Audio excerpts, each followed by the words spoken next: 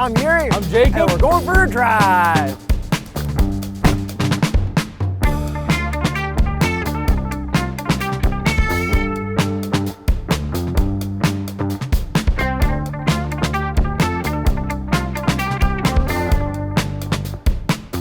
'24 Buick Envista. Avenir with no launch control.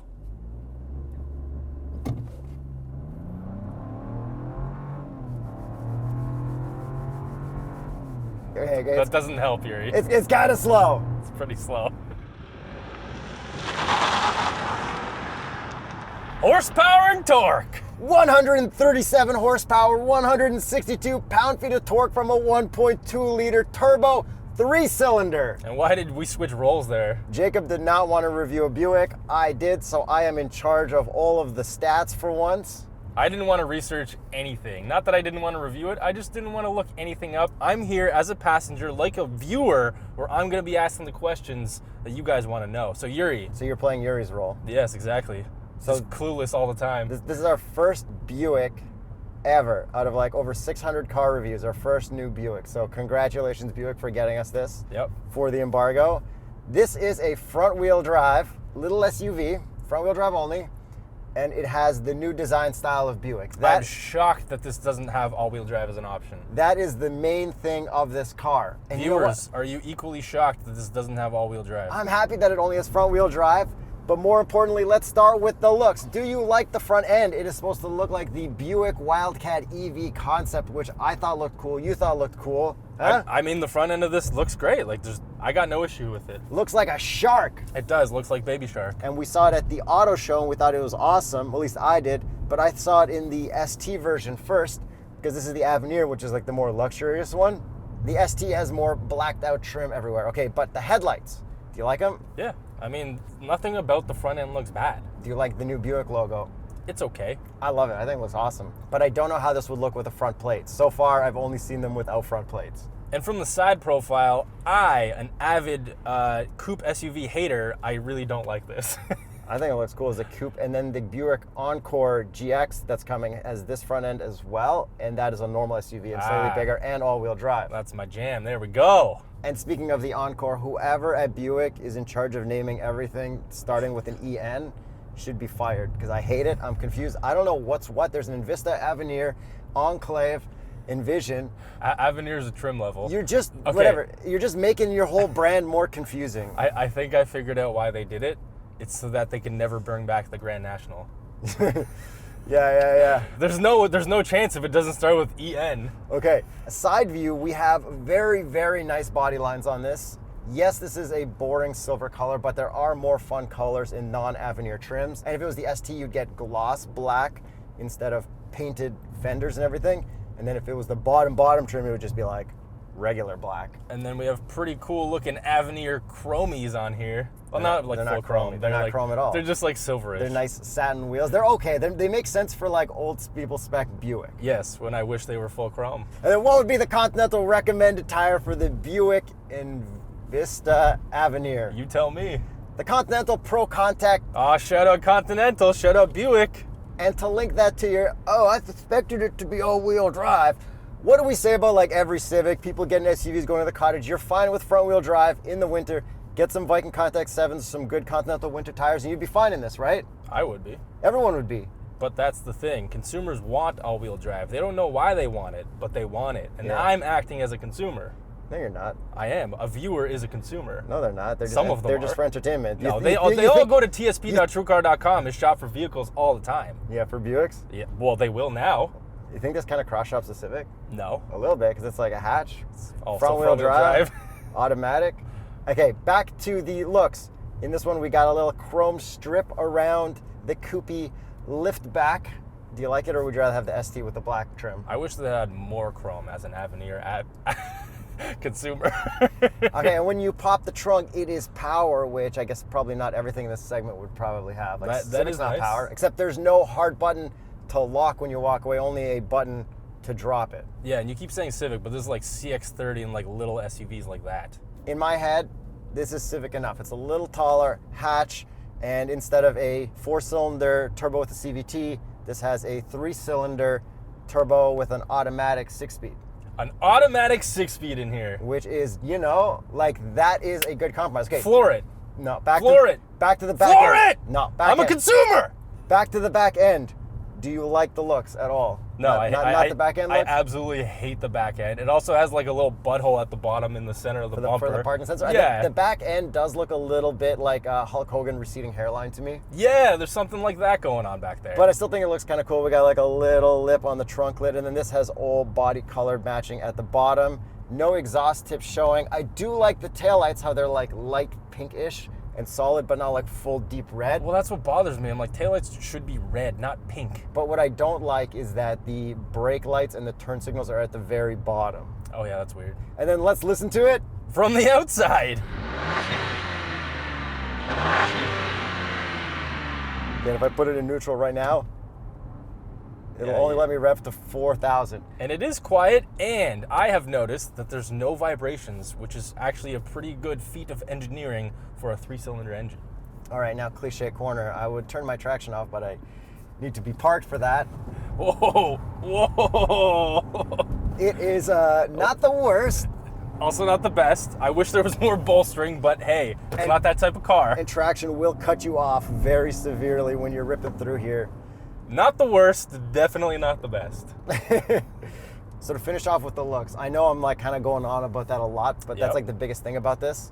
How sick would this front end look on like an AE86 or like a BRZ or a Camaro? Really sick.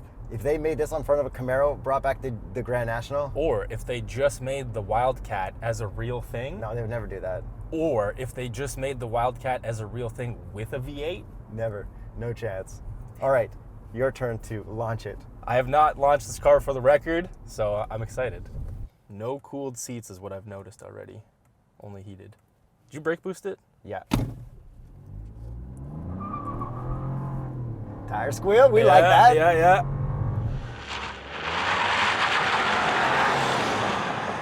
A little bit laggy off the line, but we did get tire squeal. It is a very small motor. Yes, it is. 1.2 liters. Okay, so. but does it feel quiet in here? It does actually. There is some kind of active noise cancellation that I saw on the website that it has. And it is really nice. The auto did a really good job of shifting. Like, I didn't notice any real perceptive gear changes, but like better than a CVT. There's no weird rubber bandiness or anything like that. Yeah, and there's no paddles, but there is a gear limiter on the shifter, which is very GM. But like, you know, 4-cylinder CVT versus 3-cylinder auto, like that is a good comparison. Yeah, okay, let's see cliche corner the opposite way that we normally like to take. And yeah, definitely a little body rolly, quite body rolly. The steering is kind of oddly weighted. It's like, it's light, weird, but not at the same time. It does have some weight to it. I can feel traction just, reeling me in. But well, actually, traction's off, that was ESC. Yeah. It's reeling me back. Is it not hilarious that there's like a full-on like traction button on the left at all times? Hey, shout out Buick for that. Like, not that anyone's ever really gonna need that or use it, but like, it's nice that you can do that. I mean, with front-wheel drive, you might get stuck. Okay, so this is all full Google infotainment? It looks like it. It does look like it. Hey, Buick. No. There is some voice controls that they advertised. Okay. Press when parked and committed. Okay, so it only works with a phone. Yeah, I guess. Okay, well, it looks like we have Android Auto and Apple CarPlay, so that's nice. Yeah, wireless or wired, that's nice. This does have Sirius XM. Wait, first of all, this whole infotainment, we gotta show what it looks like. It's this cool shape. They're bragging about how big it is, but it's just 2 screens in there, so whatever. It does look impressive when it's off, like that. I mean, I think it looks cool. It looks funky. Wow, is this a new Buick? Yes, it is the new Buick. Thanks for asking, my 2-year-old. Okay, so the problem I have with it is that this one has the world's largest bezels around it, because it's cool that it looks like it's all integrated in one like massive thing, but it's not. And the one in front of the driver is just so small.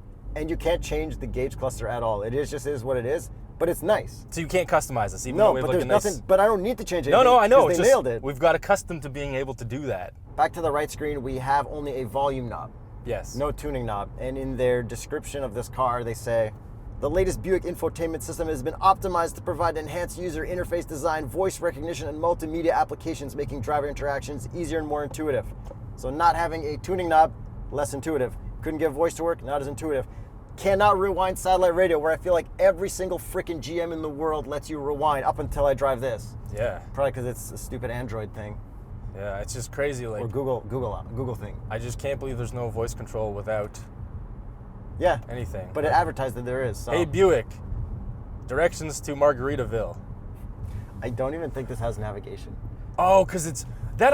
Honestly, that kind of makes sense. I appreciate them for deleting navigation because it's always terrible. So you're forced to rely on Google Maps and Android Auto. Well, like if it was a Or Corolla, Apple CarPlay. if it was a Corolla Cross, which is a competitor for this, Yeah. you would need to be paying subscription to have their dumb built-in navigation. Yes. So it's like, yeah, I'm Yeah, not going to use okay. it anyway, so don't throw it in there. Yep. And the sound system's pretty okay. Like, you can't complain. And then we do have hard physical buttons for our climate, which is also really nice. It is all gloss black, and then it all just disappears when you turn off the car. And then I did notice that it's only single zone climate as well. Yeah, a lot of stuff. This is like budget, man. That's what I'm saying, like, compared to a Civic, right? Yeah. Because, like, not everything's crazy. Okay. But a Civic has dual zone. Yeah, but I'm sure some Civics don't. They just Yes. won't give us those Civics. But the priced ones like this one. Yeah, but... Okay, so, like... But what? Buick is like the luxury version of the Trax. That's what this is, Yeah, right? okay. But you got to think less of a jump from a full Acura from a Civic. So it's like in between that, right? Okay. It's not quite what a Lexus would be to a Toyota. Yes. And then, okay, these materials in here, you see this? Dude. Apparently, this is to like mimic the look of a handbag instead of like carbon fiber or something. It looks like fake leather as plastic. It's kind of impressive, actually. And feel the one right here on your like right here. Oh yeah, it's nice. It's a little and soft. soft. Everything else is like kind of hard plasticky. It's all that scratchy kind of GM plastic yeah, everywhere which else. you're expecting out of this. We got silver carbon fiber brush yeah, thing yeah. Or something. I don't know. Silver carbon-ish, and it's around the shifter as well. And moving the shifter back and forth, moves a lot. Yeah, it moves like a lot, which is kind of fun. I don't know. I don't mind it. Yeah, It's just, there's so much good normal car stuff in here. We even have a wireless charger as well. Yeah, but we have wired with USB and USB-C for your CarPlay, which is what I prefer.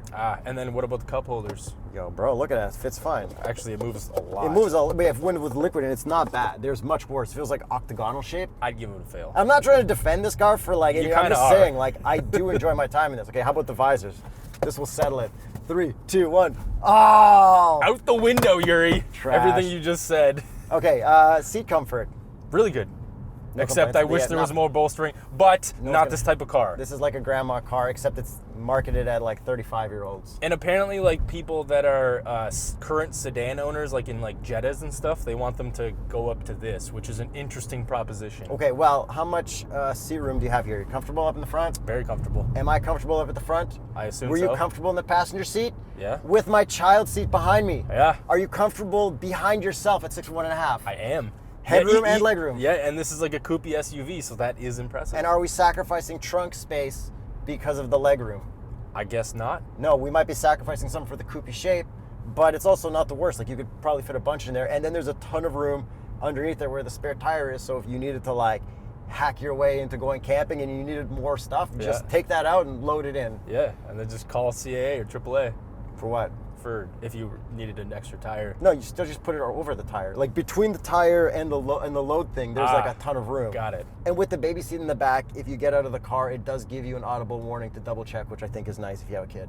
And you know what would actually kind of match this cool material up on the dash and on the side pretty nicely? I know exactly what it would be. Instead of TuxMat. Absolutely would be. Go to tuxmat.com/TheStraightPipes to see what they have available for your car. Should I special request them to change their pattern for the Buick Envista For to this one? Yeah. Or for the Grand National, it should just be the Grand National logo. Yeah. The little turbo Yeah, circle. yeah. The Turbo 6 or whatever it was. And as for the buttons throughout this interior, it's like classic GM. It's like the same stuff that you get in like Chevys and Silverados and things that we just got out of. So it's funny to see that, but it's also nice. Yeah, I mean, like, I don't think Buick is like Cadillac. No, but I'm kind of, in my head, they kind of are. Maybe back in the day. Well, yeah, I'm still back in the day, Buick. I actually grew up in a Buick Skylark. Yeah, 89. So the Well, boxy front in wheel the late 80s. boxy front wheel drive is like, this is exactly what you want, bro. I mean, this isn't boxy. Front wheel drive. Front wheel drive Buick's your jam. Yeah. I mean, I've always liked Buicks, like even the front wheel drive, like 3.8 supercharged ones from the 90s. Like, I thought those were sick. Yeah. The Rivian. Buick Century. I almost bought a Buick Century. Yeah, well, my family, we had a Cutlass Supreme Plastic front wheel drive, so that was pretty dope. Exactly. Two-door, obviously. 3.8. Coupe. Yeah. Hey, one complaint. Put it in reverse. Ooh. Yeah, it's got a cool animation for that. Yeah. It's not the highest res, but it's also not super wide. You know how from my driveway, I like the full 180 degree. It feels like it is pretty wide though. But it's not like 180 degree wide. Yeah. But no 360 camera, which would be nice, but I Not understand why for this. But it no. would be nice. Yeah. Like the amount of money the 360 camera must cost to just manufacture, and that they don't include it until you spend like $60,000 on a freaking car. It drives me bonkers. Yeah. And just for fun, let's floor it one more time. That is slow. There we go. It's a slow car. Yeah, but it for some reason It's not a CVT. doesn't feel as bad as that Corolla Cross, like the non-hybrid. It's because it's not a CVT, bro. Probably. Like, how many times in a faster powered Subaru do I mention that I feel like sketched out when I need to go around a truck? Yeah. In this, like, my God. I know I'm going to feel sketched out, so I anticipate it because it's slow motor. But the 6-speed kind of helps me through that. So this 3-banger should probably get pretty good fuel economy then. I didn't look it up because I'm not interested in that stuff. So here's the number right there. Let me know what you think. That sounds pretty good from seeing it on the screen. And I want to know in the comments below, do you like the looks of this or not? Yes, absolutely. Let me know as the consumer. So I feel like we've covered a little too much about this car.